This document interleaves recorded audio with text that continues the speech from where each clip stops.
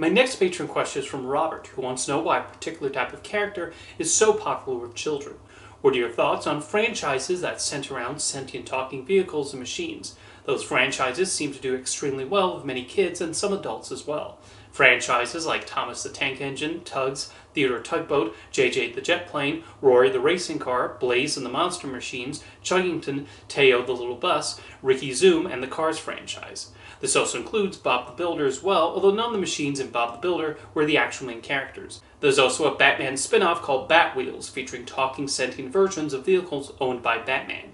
Most of these franchises are obviously aimed for a younger audience, and they do extremely well in terms of toy sales and other types of marketing and merchandise related to them. John Cena has a book series called Elbow Grease about a sentient talking monster truck, which I think would do great if it got adapted into a television series. Why do you think these franchises have gained such huge success, and should Elbow Grease get an animated series adaptation? I've also noticed how incredibly popular media and toys that give personalities to vehicles are.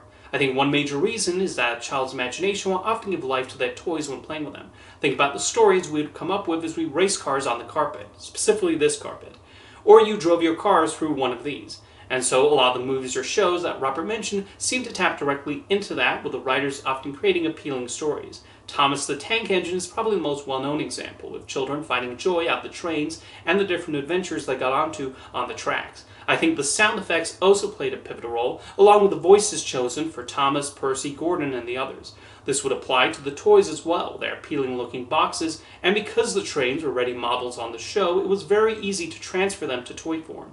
Places like Toys R Us also knew exactly what they were doing when they put the play sets on a table for any child to play around with, and then ask their parents for a set. Admit it, when you were a child, you always made a point to play with these whenever you visited Toys R Us. Of course, I now realize those tables are probably covered with germs, but when you're 5 years old, that was one of the best parts of getting to go to the toy shop. The designs are also key, which explains why the Cars franchise became such an enormous merchandising bonanza for Disney. The artists made the cars look endearing, mainly because they recognized the importance of the eyes and their placement on the vehicles. So it makes it easier for the audience to buy into the notion of these talking cars, get swept up in the story.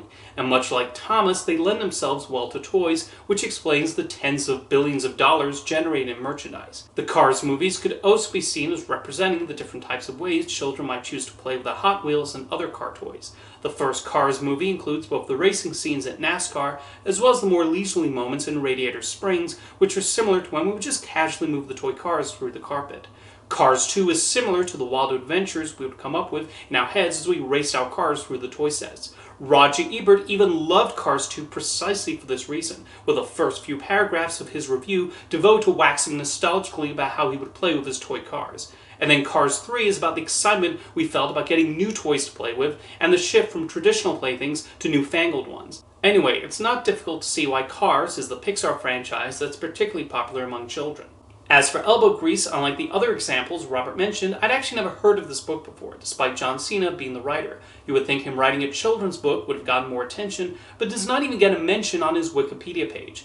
I decided to check out the book from the library, and I thought it was a cute read, with nice illustrations and a story about a monster truck proving himself. I could definitely see this being turned into an animated television series. There are even multiple books that could form the basis of episodes, including one where Elbow Grease saves Christmas. I'm surprised there's not been an attempt by John Cena to make it happen, or maybe he did try and no network or streaming service was interested. Anyway, it's not difficult to see the appeal of media and toys about talking vehicles, and how much slapping a face on a car or train or boat makes children excited. Their everyday usage especially makes them adaptable to all sorts of situations created either by professional writers or a child's own imagination. Thank you for your question, Robert.